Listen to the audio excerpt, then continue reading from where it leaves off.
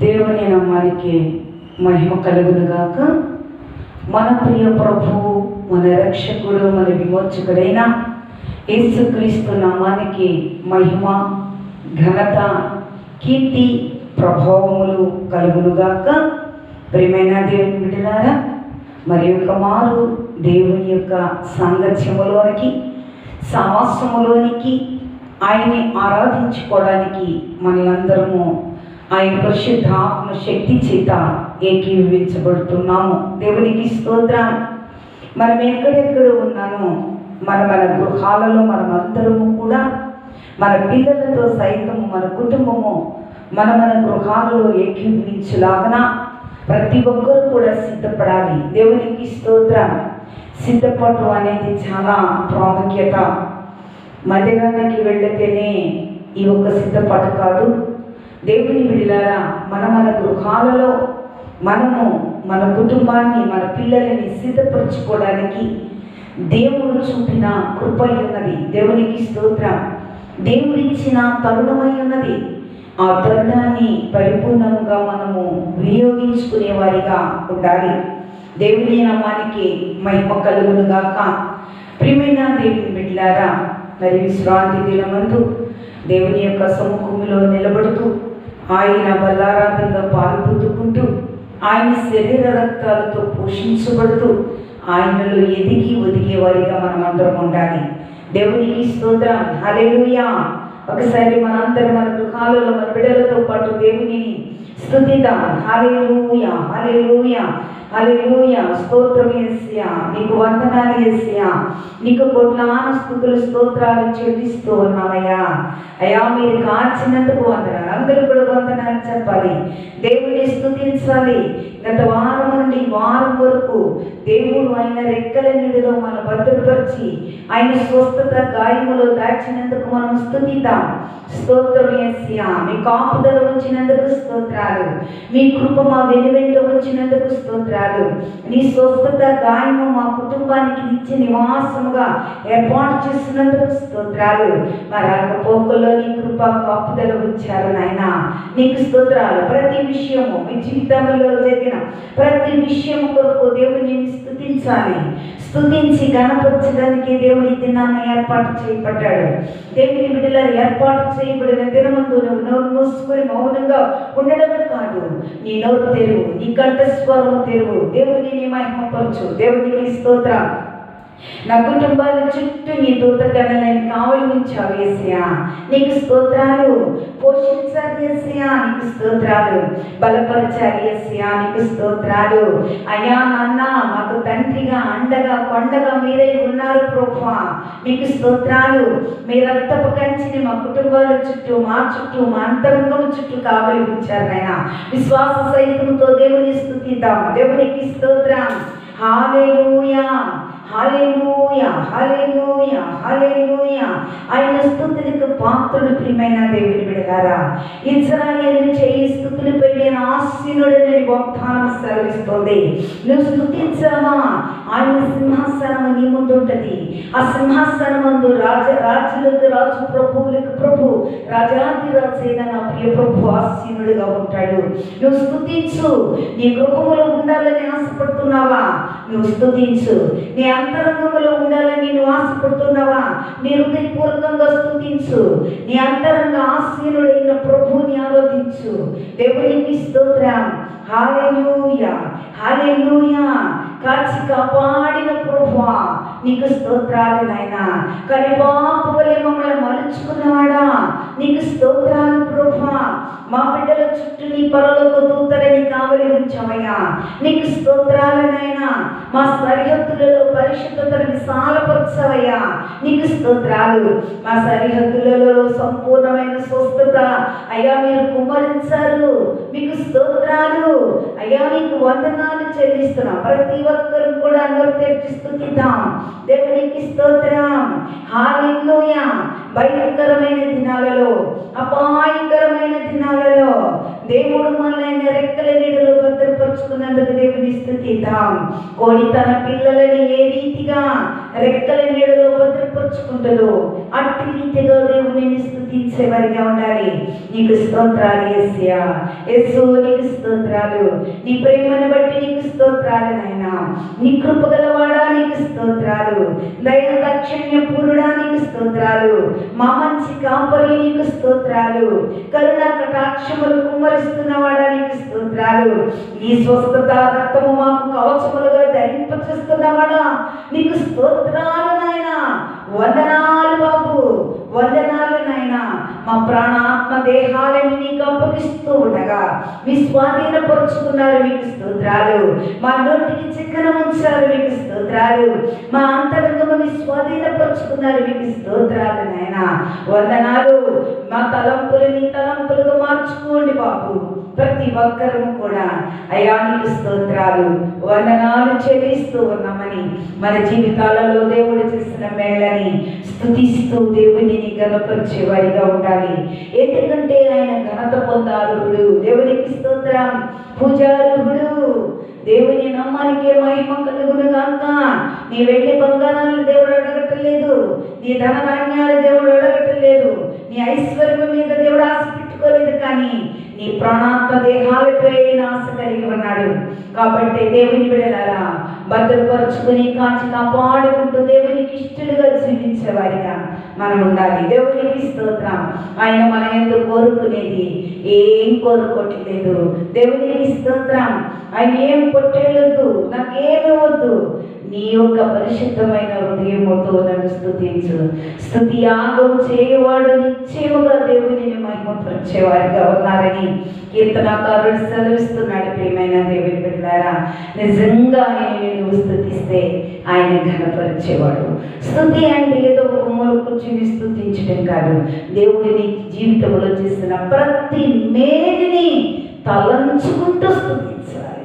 హృదయపూర్వకంగా అర్పిస్తూ దేవుని కనపరచాలి. ఓ దేవానికి స్తోత్రాలయ్యా. అయ్యా నీకు వందనాలు, స్తోత్రాలు. అయ్యా నీకు వందనాలు. మమ్మల్ని కాయిచున్నవాడా, మంచి కాపరి, మా కొరకు ప్రాణం పెట్టిన గొప్ప కాపరి, నీకు స్తోత్రాలు.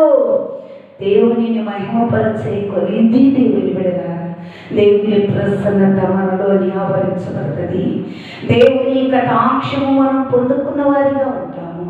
రాజకటాక్షం పొందుకున్న స్థితిలోనే దేవుని యొక్క నామములో, దేవుని సముఖములో సిద్ధపాటు కలిగి ప్రార్థనాపూర్వకంగా దైవ సన్నిధానములో నిలవబడి ఆయన స్తుతించామా, ఆయన గణపరిచామా, రాజాదిరాజు యొక్క కటాక్షం పొందుకుంటా.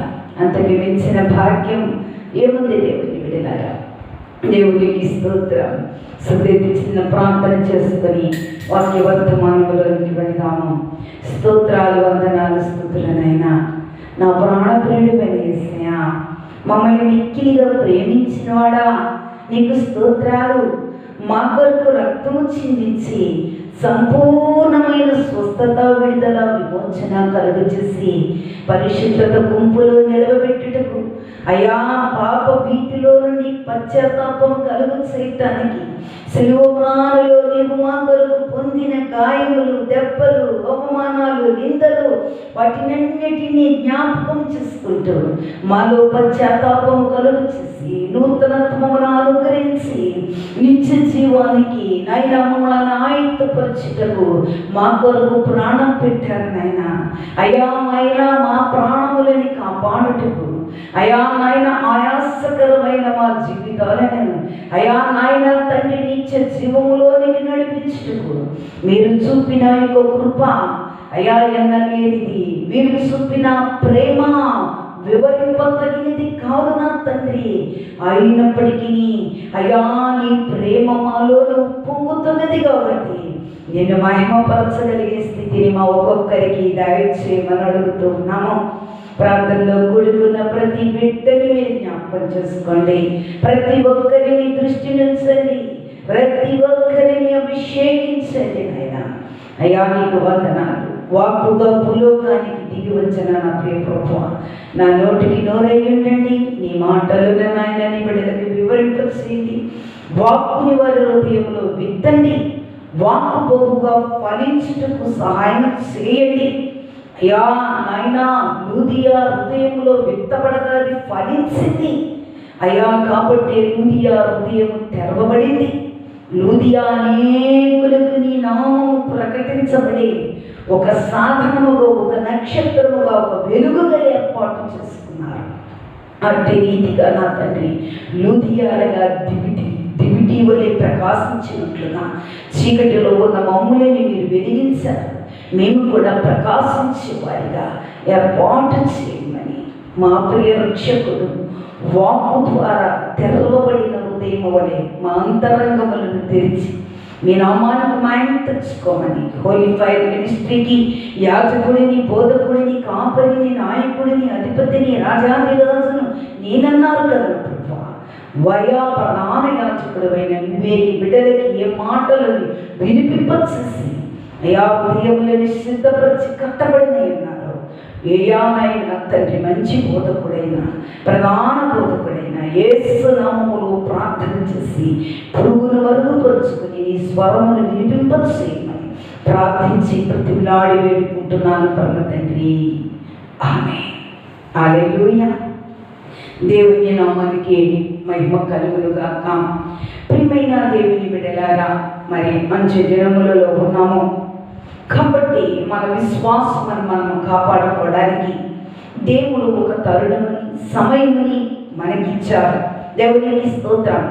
విశ్వాసములో బలపడడానికి, విశ్వాసములో ఎదగడానికి ఎక్కడికెక్కడికి వెళ్ళి వెతుకుతూ ఉంటాము. ఆ విశ్వాసమును కొనసాగించడానికి ఏదో ప్రయాసపడతాము. కానీ విశ్వాసము మనలో కొనసాగాలి అని అంటే మనల్ని మనం సిద్ధపరచుకోవాలి, మనల్ని మనం ఆయత్తపరచుకోవాలి. దేవుని బిడ్డలారా, మన ప్రాణాత్మ దేహాలు ఏ రీతిగా దేవునికి అంగీకారంలో ఉన్నాయో లేదో అని ఒకసారి గమనించుకోవాలి. దేవునికి స్తోత్రం. హల్లెలూయా.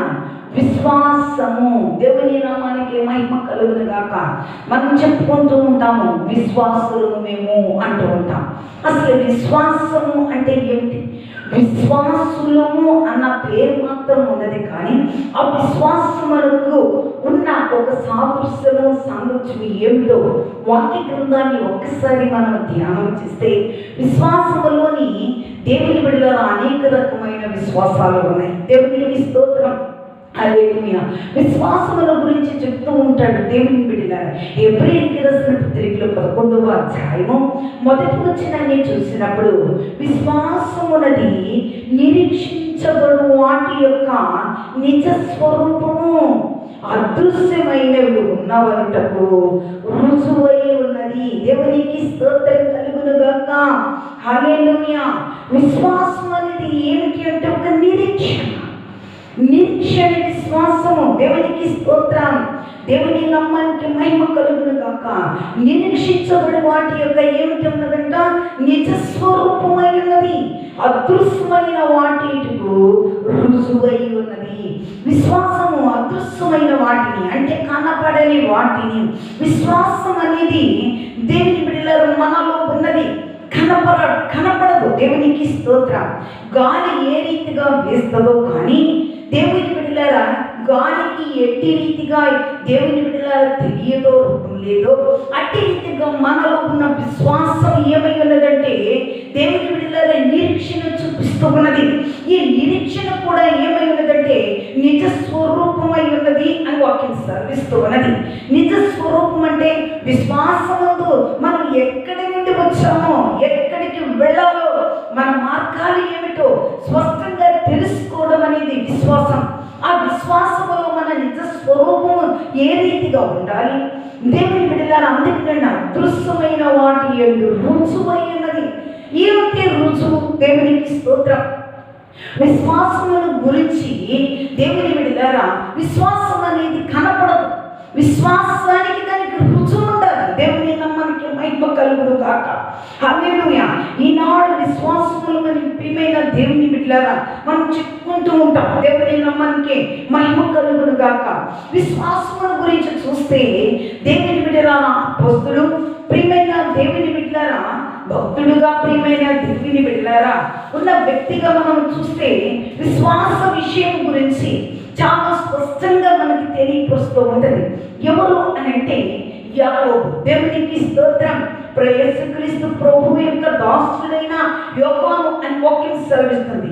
ఈ యొక్క యాకోబు ఎవరు అంటే, యాకోబు పత్రికలో ప్రియమైన దేవుని బిడ్డలారా 2వ అధ్యాయంలో మనం చూడగలుగుతాము విశ్వాసముల గురించి. ఈ యొక్క 2వ అధ్యాయంలోనే 3 యొక్క విశ్వాసాలని మనకి చాలా స్పష్టంగా తెలియపరుస్తూ ఉంటారు. దేవుని నామానికి మహిమ కలుగును గాక. హల్లెలూయా, హల్లెలూయా. యాకోబు రాసిన పత్రిక 2వ అధ్యాయంలో 17వ వచనంలోని చూసినప్పుడు వాక్యము చాలా స్పష్టంగా తెలియపరచబడుతూ ఉన్నది. ప్రియమైన దేవుని బిడ్డలారా, అలాగే విశ్వాసము క్రియ లేనిదైతే అది ఒంటిగా ఉండి మృతమగును. దేవునికి స్తోత్రం. ఇక్కడ విశ్వాసానికి మరి ఒకటి జతపరుస్తూ ఉన్నారు. దేవునికి స్తోత్రం కలుగును గాక. విశ్వాసానికి ఏముండాలంట? క్రియ ఉండాలి. దేవునికి స్తోత్రం. విశ్వాసం అనేది మనలోని ఉండేది. దేవుని బిడ్డలారా, అది క్రీస్తు రూపంలోనికి, నిజ రూపంలోనికి దేవునికి స్తోత్రం రావాలి అని అంటే, ఆ నిజ రూపము కనపడాలి అంటే మనలోనికి ఏమి రావాలి? క్రియ రావాలి. అందుకు ఒక ఉదాహరణ మనం చెప్పాలి అంటే, కోడిగుడ్డును మనం చూస్తూనే ఉంటాం.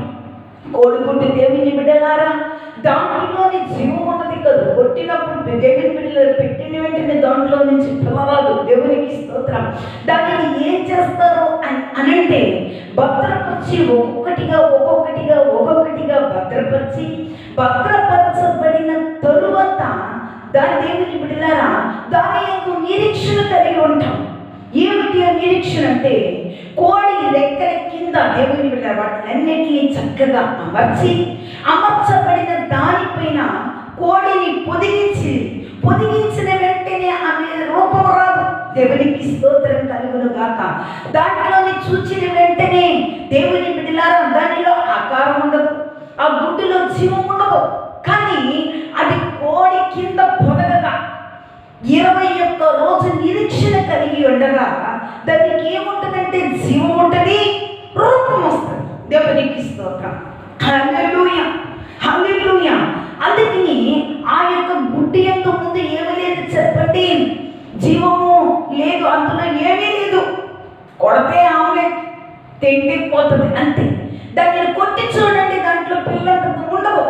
కానీ దాని ఎందు ఏముండాలో మనకి నిరీక్షణ ఉంటుంది. 21 రోజు నిరీక్షణ కలిగి ఉండగా దానికి ఏమొస్తుంది అంటే రూపం వస్తుంది, జీవం వస్తుంది, రంగు వస్తుంది, దానికి ఎగిరే శక్తి వస్తుంది. దేవునికి స్తోత్రం. అంతేకాని పెట్టినట్టుని గుడ్డిని తీసుకుని వచ్చిన ముట్టుకుని చూపించేదంత మాత్రాన దేవుని బిడ్డలో దాన్ని ఎగరేసి కుదిస్తే 2 ముక్కలు అవుతుంది, చక్కలవుతుంది. దాంట్లో ఏమీ లేదు, అది ఎత్తి పారేయడానికి పనికొస్తుంది. అందుకనే ఆ యొక్క గుడ్డిని ఏ రీతిగా నిరీక్షణ. అందుకనే హెబ్రీయులకు రాసిన పత్రిక 11వ అధ్యాయం 1వ వచనం అంటూ ఉన్నది, విశ్వాసం అనేది నిరీక్షణను మనకు చూపిస్తూ ఉన్నది. నిరీక్షణ అనేది నిజ రూపంలోనికి రావాలి అంటున్నది. నిజ రూపమే దేవుని బిడ్డలారా దేవునికి కావాలి. అప్పుడు ప్రియమైన దేవుని ఇక్కడ భక్తుడు ఏమంటూ ఉన్నాడు అంటే, ప్రియమైన దేవుని బిడ్డ, అలాగే విశ్వాసము క్రియ లేనిదైతే అది ఒంటిగా ఉండిపోతుంది. ఒంటిగా ఉండిపోతే దాని వల్ల ఉపయోగం లేదు. నువ్వు ఒంటిగా ఉండి నీ విశ్వాసం నీలో ఉన్నంత మాత్రాన అది ప్రయోజనము కాదని యాకోబు చాలా స్పష్టంగా తెలియపరుస్తూ ఉన్నాడు. ఆ విశ్వాసం ఏం చేయాలి అని అంటే క్రియ మార్చాలి. గుడ్డుగా ఉంటే దాని వలన ప్రయోజనం లేదు. అది ఏమవ్వాలి? పొదిగినప్పుడు, పిల్లైనప్పుడు అనేక గుడ్లు పెట్టగలుగుతుంది, అనేకమైన పిల్లలు చేయగలుగుతుంది, అనేకమైన విస్తరణ జరుగుతూ ఉంటుంది. దేవునికి స్తోత్రం. అది వాక్యాన్ని సెలవిస్తూ ఉన్నది. విశ్వాసం అలా ఉండిపోతే కాదు, ఆ విశ్వాసం ఏమవ్వాలంట? క్రియ దాల్చాలి. క్రియ దాల్చినప్పుడు, లేకపోతే దేవుని మీద ఒంటిగా ఉండిపోతే విశ్వాసం ఉన్నది నాకు చాలని కూర్చుంటే కాదు, ఆ విశ్వాసం ఏమవ్వాలి? క్రియ దాల్చాలి. క్రీస్తునందు విశ్వాసము మనకు ఉన్నది. దేవునికి స్తోత్రం. దేవుడు ఒకడే నేను నమ్ముచూ ఉన్నా, మంచిదే. దేవునికి స్తోత్రం. నాకు యేసయ్య తప్ప వేరొక దేవుడు లేదు. దేవునికి స్తోత్రం, చాలా మంచిది. కానీ అంతకు మించిన దేవుని ఇంతో గొడుగుతున్నాం, దేవునికి స్తోత్రం కావచ్చు. కానీ అదే వాక్యంలోనే ఉంటూ ఉంటాడు కదా. వాక్య గ్రంథంలో చూస్తే అదే 2వ అధ్యాయం 19వ వచనంలో దేవుడు ఒక్కడే అని నీవు నమ్ముచున్నావు. అలా నమ్ముట మంచిదే. దెయ్యాలు గొడుగుతున్నాయి, దెయ్యాలు నమ్ముతున్నాయి. కానీ ఆ యొక్క నమ్మకం అనే విశ్వాసం నీలో ఏమవ్వాలంటే క్రియ వచ్చాలి. దేవునికి స్తోత్రం కలుగును గాక. క్రియ లేని విశ్వాసం మృతమంటూ ఉన్నాడు. దేవుని నామానికి మహిమ కలుగును గాక. క్రియ ఎలాగ ఉండాలంటే అందుకే వాక్య గ్రంథంలో యేసుక్రీస్తు ప్రభువారు మత్తయి సువార్త 13:31 అంటారు, ఏమంటే ఆవగింజంత విశ్వాసం ఉంటే చాలు. ఆవగింజంత విశ్వాసము అని అంటున్నారంటే ఆవగింజని పోల్చి విశ్వాసం అని వదిలేయలేక ఆ యొక్క ఆవగింజని ఏం చేయమంటున్నారు? నాటమంటూ ఉన్నారు. ఆ నాటిన దానిని ఫలించాలి అంటున్నారు. గింజ గింజగా ఉన్నంత మాత్రాన ప్రయోజనం లేదు. దానిని ఏం చేయాలి? నాటాలి, సంరక్షించాలి, నీరు పోయాలి. దాని యందు దేవుని బిడలారా ఆసక్తికరముగా ప్రియమైన దేవుని బిడలారా దాని యందు నిరీక్షణ కలిగి ఉండాలి. విత్తనముగా ఉన్నంత మాత్రాన కాదు, కానీ అది నాటి నీరు పోసే నిరీక్షణ ఏ రీతిగా ఉంటుందో అప్పుడు అది ఆ యొక్క ఆవగింజ దేవుని బిడ్డలారా ఎదిగి మొక్కయ్యి అనేక పక్షులకి నివాసం అవుతుంది అనేది ఆయన చక్కగా ఉపమానం రీతిలో సెలవించారు. దేవుని స్తోత్రం. విశ్వాసం అని దేవుని బిడ్డలారా మన విత్తనము వలె చేతిలో పుట్టుకుని వెళ్తాం కాదు. దాన్ని ఏం చేయాలి? మన అంతరంగములో నాటుకోవాలి. నాటబడినది దేవుని బిడ్డలారా ఫలింప చేయాలి. అప్పుడు అనేక పక్షుల నివాసం ఉంటాయని వాక్యం సెలవిస్తూ ఉన్నది. విశ్వాసము, మన విశ్వాసం ఏం చేయాలంటే క్రియలో కనపడాలి, క్రియలో కనపరచాలి. క్రియ లేని విశ్వాసము మృతమని వాక్యం సెలవిస్తూ ఉంది. ఈనాడు మన విశ్వాసము అని చెప్తూ ఉన్నాం. మనలో క్రియ ఉన్నదా? యేసయ్య క్రియలు ఉన్నాయా? యేసయ్య నడవడి ఉన్నదా? యేసయ్య ఆలోచనలు ఉన్నాయా? యేసయ్య యొక్క దేవుని బిడ్డలారా చిత్తము ప్రకారం నడుస్తూ ఉన్నామా? వాక్యములోని చాలా స్పష్టంగా తెలియపరుస్తూ ఉన్నది. విశ్వాసము ఒంటిగా ఉన్నంత మాత్రాన ప్రయోజనం లేదు. విశ్వాసము ఏ రీతిగా ఉండాలంట? ఒంటిగా ఉంటే ప్రయోజనం లేదు, కానీ విశ్వాసానికి మరి ఒకటి జత. దేవునికి స్తోత్రం. హల్లెలూయా, హల్లెలూయా. ఏమిటి జత అంటే క్రియ జతపరచబడాలి. క్రియ జతపరచబడినప్పుడు మన విశ్వాస యాత్ర, మన విశ్వాస జీవితము దేవుని బిడ్డలారా అదృశ్యమైన వాటి యందు దేవుని బిడ్డలారా నిజ స్వరూపము మనలో నుండి రావాలి. దేవునికి స్తోత్రం కలుగును గాక. క్రియ లేని విశ్వాసము వ్యర్థం. క్రియ లేకుండా మనలో విశ్వాసం ఏ రీతిగా కనపరుచుకుంటాం? దేవుని బిడ్డలారా యేసయ్యలాగా మనం మాట్లాడుతూ యేసయ్యవలే మనం జీవిస్తాం. దేవుని నామానికి మహిమ కలుగును గాక. హల్లెలూయా, హల్లెలూయా, హల్లెలూయా. దేవుని నామానికి మహిమ కలుగును గాక. క్రియ చాలా ప్రాముఖ్యమైనది ప్రియమైన దేవుని బిడ్డలారా. ఈ క్రియ లేకపోతే మన యొక్క విశ్వాసము ఒంటిగా ఉండిపోతుందని వాక్యం సెలవిస్తూ ఉన్నది. దేవుని నామానికి మహిమ కలుగును గాక. హల్లెలూయా. అందుకే విశ్వాసమందు మనకు జ్ఞాపకం చేసుకుంటే విశ్వాసమందు అందులోనే వాక్య గ్రంథంలోని ప్రియమైన దేవుని బిడ్డలారా ఇక్కడ విశ్వాసములో ఇద్దరిని చూపిస్తూ ఉన్నది.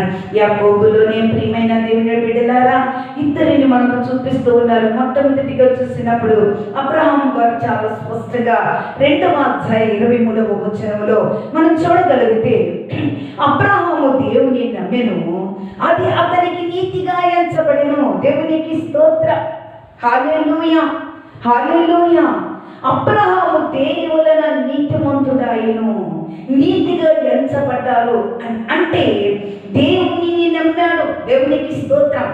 అంతేకాని అబ్రహాము నువ్వు నీ దేశాన్ని విడిచిరా, నీ సమస్తాన్ని విడిచిరా, నేను చెప్పు ప్రదేశం వరకు వెళ్ళని దేవుడు చెప్పినప్పుడు ప్రియమైన దేవుని బిడ్డలారా ఆయన యందు విశ్వాసం ఉంచి అక్కడ కూర్చోడు.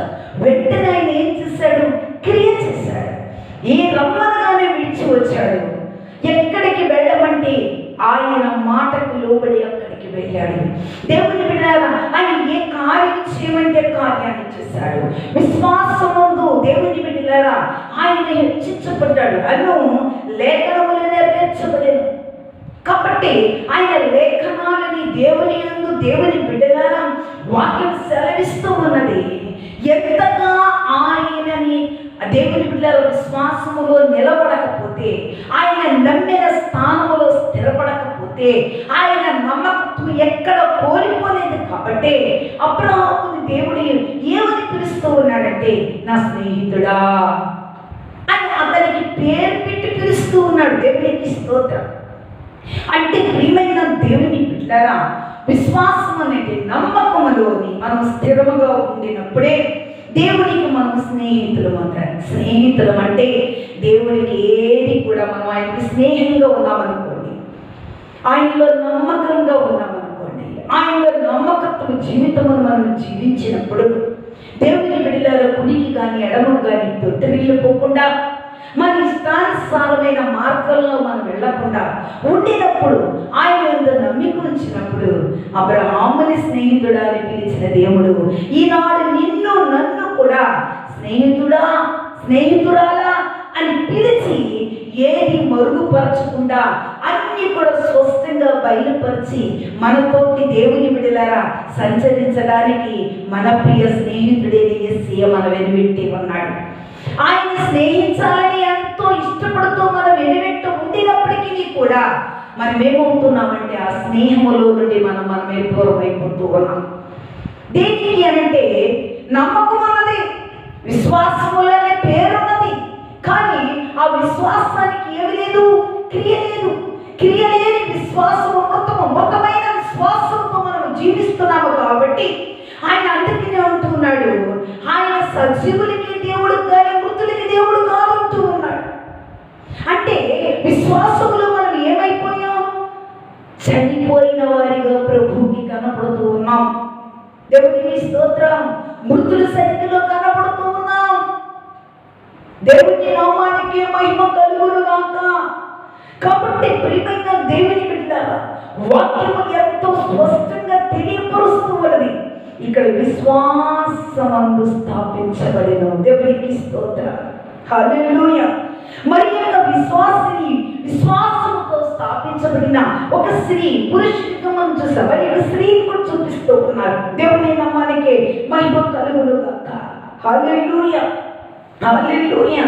ప్రియమైన దేవుని బిడ్డలారా, వాక్య గ్రంథములో మనం చూసినప్పుడు ఇక్కడ చూడండి 25వ వచనములో చూసినప్పుడు అటువలనే రాహాబు అనే వేశ్య కూడా దూతలను చేర్చుకొని వేరొక మార్గమున వారిని వెలుపలికి పంపివేసినప్పుడు క్రియ మూలముగా నీతిమంతురాలని ఎంచబడిన కదా. దేవునికి స్తోత్రం. హల్లెలూయా. వేసి పాపి దేవుని బిడ్డలారా, ఈమె ఏం చేసింది? దేవుడు ఉన్నాడని నమ్మింది, విశ్వసించింది. ఆమెకి రక్షణ కావాలన్న ఆసక్తి ఉన్నది. అన్ని విశ్వాసములో స్థాపించబడి నిలవబడలేదు. అక్కడ ఏం చేసిందంటే క్రియ చేసింది. ఏమిటంటే ఆ దూతలని చేర్చుకుని దేవుని బిడ్డలారా వేరే ఒక మార్గమున వారిని వెలుపలికి పంపివేసి క్రియ మూలముగా నీతిమంతురాలు. క్రియ అనేది ఇక్కడ మనం చూస్తూ ఉన్నాం. క్రియ ద్వారా నీతిమంతురాలుగా ఎంచబడిన రాహాబును మనం చాలా స్పష్టంగా చూస్తున్నాము. ప్రియమైన దేవుని బిడ్డలారా, అట్టి రీతిగా 26వ వచనము కూడా చూస్తే ప్రాణము లేని శరీరం ఎలాగ మృతమో అలాగే క్రియ లేని విశ్వాసము మృతమే. చూడండి, ఈనాడు మనమందరము కూడా విశ్వాసులము అని చెప్తూ ఉంటాం. కానీ ఆ విశ్వాసం ఎలా ఉండాలంట? క్రియ. ప్రాణమైన శరీరం ఎలాంటిదో విశ్వాసానికి క్రియ లేకపోతే ఆ విశ్వాసము కూడా అట్టి రీతిగా మృతముతో సమానమని సెలవిస్తుంది. ఈనాడు విశ్వాసం అనే పేరు మట్టికి జీవించుకున్నాం. క్రియ ద్వారా ఈనాటి నుండి మనం జీవించిన వారంగా ఉండాలి. ప్రియమైన దేవుని బిడ్డలారా, వాక్యములోని మనం ఎదిగి ఒదిగి దేవునిలో మనము నిత్య జీవము పొందుకోవాలంటే మనలో జీవం ఏ రీతిగా ఉన్నదో ఒక్కసారి జ్ఞాపకం చేసుకోవాలి. దేవునికి స్తోత్రం కలుగును గాక. హల్లెలూయా, హల్లెలూయా. వాక్యము యాకోబు చాలా స్పష్టంగా ఈ ఒక్క రెండవ అధ్యాయములో విశ్వాసములోని యొక్క స్థితిని చాలా స్పష్టంగా తెలియపరుస్తూ ఉన్నారు. అందుకని 24వ వచనంలో కూడా మనుష్యుడు విశ్వాస మూలముగా మాత్రము కాక క్రియ మూలమున నీతిమంతుడని ఎంచబడనని మీరు దీని వలన గ్రహించాలి. దేవునికి స్తోత్రం. హల్లెలూయా. నేను చాలా విశ్వాసనండి, నేను చాలా భక్తి పరులండి. అయ్యో, నాలాంటి భక్తి పరులు, నాలాంటి విశ్వాసులు భూమండలంలో లేరు అని మనం అంటాం. కానీ మనలో ఏముండదు చెప్పండి? క్రియ ఉండదు. దేవునికి స్తోత్రం. యేసయ్య మాటల్లాగా మన మాటలు ఉన్నాయా? లేదు. ముందొక మాట, వెనకొక మాట. దేవునికి స్తోత్రం. మన మాటలు మారాలి, మన తీరు మారాలి, మన ఆలోచన మారాలి, మన క్రియలు మారాలి, మన పద్ధతులు మారాలి. ముందు కంటే నువ్వు దేవుడు నమ్ముకున్నా కూడా ఇప్పుడుంటే ప్రయోజనం ఏంటి? అది క్రియ. ముందున్నది మారడమే క్రియ. దేవునికి స్తోత్రం. ముందు మనం అందరం ఎలాంటి వాడని చెప్పండి? పోయి మనంత కోపం భూమండలంలో ఎవరికి ఉండేది కాదు, మనంత నోరు భూమండలంలో ఎవరికి ఉండదు. అటువంటి వారు ప్రభువుని అంగీకరించాక కూడా అదే కొనసాగితే క్రియలేని విశ్వాసమే. కానీ ఏమవ్వాలి? దానిని మార్పు రావాలి. నీ చుట్టుపక్కల వారే కానీ, నీ పరదేశంలోనే కానీ, నీ గృహంలోనే కానీ, దేవుని బిడ్డలారా, మనలో ఉన్న మార్పు అదే క్రియ. ఆ మార్పు క్రియ ద్వారా మనం విశ్వాసంలో జీవిస్తున్నట్టు లెక్క. మనలోని ఈ ఒక మార్పు లేకుండా క్రియ అంటే ఏంటి? విశ్వాసం అనే క్రియ ఏంటి? ఇది ఇంతకు ముందున్న వ్యక్తి ఇప్పుడున్న వ్యక్తికి మార్పు. విశ్వాసులమైన తరువాత మనలోనికి ఏమొస్తుంది చెప్పండి? జీవం వస్తుంది. నిత్య జీవం కలిగిన దేవుని బిడ్డలారా, ప్రభు యొక్క శరీర రక్తాలు అందుకుంటున్న మనలో మార్పు ఉందా చెప్పండి? దేవునికి స్తోత్రం కలుగును గాక. ఇది క్రియ. హల్లెలూయా. అబ్రహాము దేవుని యందు నమ్మాడు, నీతిమంతుడుగా ఎంచాడు దేవుడు.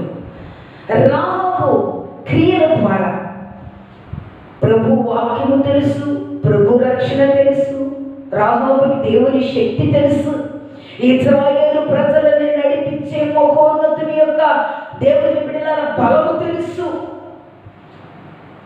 అంతగా తెలిసి విశ్వాసములోనే నాటబడింది. నాటబడిన ఆవిడి నాలో ఉన్న విశ్వాసం చాలా దాన్ని ఏం చేసింది?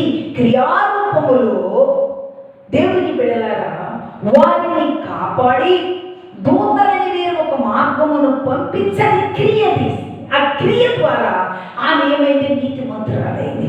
నీతిమంతురాలుగా అంటే ఆ విశ్వాసాన్ని ఏం చేసిందంటే జీవము పోసి దాన్ని ఫలింపచేసుకుంది. దేవునికి స్తోత్రం. వాక్యాన్ని మనం ధ్యానిస్తూ ఉన్నాము. దేవునికి స్తోత్రం. ఎన్నాళ్ళు విశ్వాసములు మనం జీవిస్తాం? విశ్వాసములు కాదు, క్రియలు. దేవునికి స్తోత్రం. నిజ స్వరూపము, నా దేవుని యొక్క నిజ స్వరూపంలోనికి మనం రావాలి. నిజం అన్నీ నిజమే ఉండాలి. మన మాటలో నిజం ఉండాలి, మన పద్ధతుల్లో నిజం ఉండాలి, మన నడవడికలో నిజం ఉండాలి, మన యొక్క దేవుని బిడ్డలారు వేసే ప్రతి అడుగులో నిజం ఉండాలి, మనం చేసే ప్రతి కార్యక్రమంలో నిజం ఉండాలి, యథార్థత ఉండాలి. ఆ రూపంలోనికి నీవు రావాలి అని వాక్యం శ్రమిస్తూ ఉంది. దేవునికి స్తోత్రం కలుగును గాక. ప్రియమైన దేవుని బిడ్డలారా, విశ్వాసము ఉన్నది కానీ దానికి ఏం లేదండి? క్రియ లేదు. క్రియ లేని విశ్వాసము వ్యర్థము. వాక్యము చాలా స్పష్టంగా తెలియపరుస్తుంది. దేవుని నామానికే మహిమ కలుగును గాక. అందుకనే వాక్య గ్రంథములోని అన్ని భాగ్యాల గురించి మనం పరుగులెత్తుతాం. ఒక పోయిన వారం భాగ్యము దేవుని సన్నిధి ఒక భాగ్యము, అన్ని భాగ్యాలను గురించి విన్నాం. కానీ విశ్వాసం కూడా ఒక భాగ్యమని వాక్య గ్రంథంలోని చాలా స్పష్టంగా యాకోబు దేవుని బిడ్డలారా యాకోబు గ్రంథము 2వ అధ్యాయములో మనం చూసినప్పుడు 5వ వచనం చాలా స్పష్టంగా తెలియపరుస్తుంటుంది. చూడండి, నా ప్రియ సహోదరులారా ఆలకించుడి, ఈ లోక విషయములో దరిద్రులైన వారిని విశ్వాసమందు భాగ్యవంతులుగాను తన్ను ప్రేమించు వారికి తాను వాగ్దానం చేసిన రాజ్యములకు వారసులుగా ఉన్నట్టుకు దేవుడు మనల్ని ఏర్పరచుకున్నారు. దేవునికి స్తోత్రం, హల్లెలూయా. విశ్వాసం అనేది ఒక భాగ్యం. ఆ భాగ్యం అనేది దేవుని బిడ్డలారా మనం పెంపొందించుకోవాలి. దేవుడు మనల్ని ప్రేమించి ఆయన రాజ్యాన్ని మనకి హక్కుదారులుగా చేస్తున్నారు అని అంటే, ఆ రాజ్యంలో మనం ప్రవేశించాలి అంటే భూమి మీద మనం ఏం చేయాలి? క్రియ చేయాలి. అలాగే ఒక విత్తనం ఉన్నది, ఆ విత్తనం చేతిలో ఉన్నంత వరకు అది ఏమీ ఉపయోగం లేదు. అది భూమిలో వేసినప్పుడు అది చచ్చినప్పుడు అది ఫలిస్తుంది, దాంట్లో నుండి జీవం వస్తుంది. అట్టి రీతిగానే ప్రియమైన దేవుని బిడ్డలారా విశ్వాసం అనే విత్తనములో దేవుని బిడ్డలారా ఈ లోకం అనేది మనం చంపి దేవునిలో జీవించినప్పుడు ఆ జీవము దేవుని బిడ్డలారా అనేకులకి క్రియారూపములు మనలో నుండి క్రీస్తు తను తానుగా స్పష్టంగా కనపడేటట్టుగా ఉండినప్పుడు ఆ విశ్వాసము జీవించబడే విశ్వాసం. అటువంటి విశ్వాసము నీలో నాలో ఉండాలని నా ప్రియ ప్రభు కోరుకుంటూ ఉన్నాడు. ఎదినాడు విశ్వాసులనే పేరు మాత్రం పెట్టుకోకుండా నిజ విశ్వాసులుగా మనం జీవించాలని దేవాది దేవుడు ఆశపడుతూ ఉన్నాడు. అట్టి నిజ విశ్వాసుల జీవితముగా మనందరినీ మార్చి ఆయన నామానికి మహిమ తెచ్చుకొనులాగన ఆయన ఘనుడైన యేసుకి తగిన రీతిలో భూలోకములో జీవిస్తూ అయ్యా నీలోని మేము నమ్మకంగా ఉన్నామని మన అంతరంగానికి సాక్షిదారంగా నిలవపడాలి. ఎవరికి స్తోత్రం, హల్లెలూయా. అన్ని విషయాలలో నమ్మకత్వంగా జీవితాం, అన్ని విషయాలలో దేవునికి అనుకూలంగా ఉందాం, అన్ని విషయాలలో ఆయన చిత్తానుసారంగా మనం సాగుదాం, అన్ని విషయాలలో ఆయన చిత్తం ఉందో లేదో గ్రహించుకుంటూ ప్రతి అడుగు ముందుకు వేసుకోవాలి. విశ్వాసం అనేది దేవుని బిడ్డలారా దేవుని నమ్మనికి మహిమ కలుగును గాక. విశ్వాసములు మన ఇష్టానుసారంగా జీవించకుండా దేవుని ఇష్టానుసారంగా జీవిస్తూ ఆయన ఇష్టం మనలో నుండి క్రియారూపంలో ఒక నది వలె ప్రవహిస్తూ దేవాది దేవుని ప్రేమ మనలో నుండి పరిపూర్ణముగా అనేకులకి చూపించగలిగే గొప్ప ధన్యత భాగ్యము దేవాది దేవుడు మనందరికీ దయచేసి మనందరినీ పరలోక రాజ్యమునికి ఆయుధపరిచి భూలోకములోని ఐశ్వర్యము కాకుండా పరలోకములో గొప్ప భాగ్యవంతులుగా దేవాది దేవుడు మనందరినీ ప్రతిష్ఠించి సమర్పించుకుందాము. దేవునికి స్తోత్రం. ప్రతి ఒక్కరూ మనం అర్పించుకుందాం. ఇంతవరకు చచ్చిన వారి వలె ఉన్నామా? ప్రతి ఒక్కరు జ్ఞాపకం చేసుకుందాం. ఇంతవరకు మన విశ్వాసములో బతికేవా చచ్చిపోయామా? ఒక్కొక్కరు జ్ఞాపకం చేసుకుందాం. దేవుని బిడ్డలారా మేము విశ్వాసములు అనే పేరు మాత్రం కాదు, నిజ విశ్వాసులు కావాలి. నిజ విశ్వాసులు చేసే పని ఏమిటంటే క్రియ మూలముగా బ్రతుకుతారు. క్రియ లేని విశ్వాసము మృతం అంటూ ఉన్నది. రాహాబు క్రియ చేసింది, నీతిమంతురాలని ఎంచబడింది. ఈనాడు అటువంటి క్రియ దేవుని యొక్క ఆత్మ లక్షణాలు ఏమేమి ఉన్నాయో అవన్నీ కూడా మనలో నుండి ప్రభు కనపరచరాని ప్రార్థన చేసుకున్నాం. ప్రతి ఒక్కరు సిద్ధపడదామా? ప్రతి ఒక్కరు మోకరిద్దామా? అయ్యా నీకు స్తోత్రాలు, వందనాలు, స్తుతులు చెల్లిస్తూ ఉన్నామయ్యా. విశ్వాసం అనే పేరు చాలు అనుకున్నాము. ఆ విశ్వాసం అనే పేరుకి పెట్టే దొరుకుద్దు కానీ పరలోకం దొరకదని లేఖనం సెలవిస్తుందయ్యా. ఆ విశ్వాసమునికి నాయన క్రియ అనే జీవము పోసి నిత్య జీవ వారసులుగా ఉండాలని మేము ఆశపడుతూ ఉన్నామయ్యా. అదే యాకోబు చాలా స్పష్టంగా తెలియపరుస్తూ ఉన్నారు. అయ్యా నాయన నాయన నిత్య జీవ వారసులుగా, పరలోక రాజ్య వారసులుగా మేము ఉండాలని ఆసక్తిని నాయన మాకు పుట్టించారు. మీకు వందనాలు, స్తుతులు, స్తోత్రాలు చెల్లిస్తూ ఉన్నాము అయ్యా. నీకు వందనాలు, స్తోత్రాలు. అట్టి రాజ్యానికి వారసులుగాను నీతో నాయన తండ్రి నిత్య జీవములో యుగ యుగములు తరతరములు నీతో ఉండగలిగే అభిషేకమును మాకు అనుగ్రహించండి ప్రభువా. నీకు వందనాలు, స్తుతులు, స్తోత్రాలు చెల్లిస్తున్నాం. నామకార్థ భక్తిని, నామకార్థ విశ్వాసమని, నామకార్థ క్రైస్తత్వాన్ని తొలగించి నిజాభిషక్తులుగా నిలవబెట్టమని అడుగుతూ ఉన్నామయ్యా. నీకు వందనాలు, స్తోత్రాలు, స్తుతులు చెల్లిస్తూ ఉన్నా. ఏకీభవించిన ప్రతి బిడ్డని దీవించి ఆశీర్వదించి మహిమపరుచుకోమని చెప్తబడిన వాక్యములు నాయన ఇదిగో యాకోబు 2వ అధ్యాయం అంతా మరల వారు ధ్యానం చేసి తలపోసుకుంటూ, మరియ తలపోసుకున్నది ఏ రీతిగా తలపోసుకొని అయ్యా సిలువ మ్రాను దగ్గర జ్ఞాపకం చేస్తుందో అట్టి రీతిగానే నా ప్రియ ప్రభువా ఈ వాక్యమంతా మరల చదివి మరల ధ్యానం చేసుకొని మాలో ఉన్న లోటుపాట్లని సరిచేసుకుంటూ అయ్యా మృతమైన వాటిని బ్రతికించుకోవడానికి కృప చూపించి సహాయం చేయమని అయ్యా. కృపగలవాడు, సర్వశక్తిమంతుడు, సర్వాధికారి అయ్యా కరుణా కటాక్షములు అనుగ్రహించి బలపరుచువాడైన యేసు నామములో వేడుకుని ప్రార్థిస్తున్నాను పరమ తండ్రి. ఆమేన్. హల్లెలూయా, హల్లెలూయా. దేవుని నామానికి మహిమ కలుగునుగాక. యేసు రక్తమే జయం, సిలువ రక్తమే జయం, యేసు రక్తమే జయం, సిలువ రక్తమే జయం. ప్రవేశ రక్తానికి సంపూర్ణ విజయము కలుగునుగాక. అపవాది క్రియలకు అనంతకాల నాశనము కలుగునుగాక.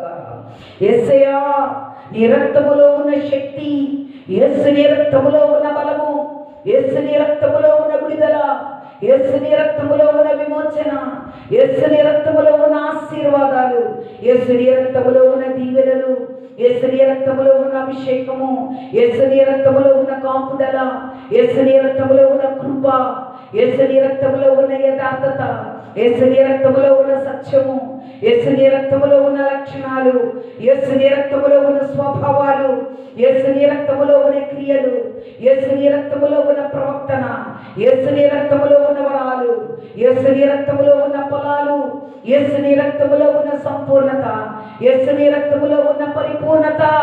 అయ్యా ఏకీభవించిన ప్రతి కుటుంబాలకి అయ్యా మాపై, మా కుటుంబాలపై, అయ్యా మా సరిహద్దులపై, మా పట్టణముపై, మా ప్రదేశముపై, అయ్యా మా యొక్క నాయన రాష్ట్రముపై, మా దేశముపై సంపూర్ణముగా కుమ్మరించి మహిమ పొందునుగాక. ఆమేన్. హల్లెలూయా, హల్లెలూయా. దేవుని నామానికి మహిమ కలుగునుగాక. Praise the lord.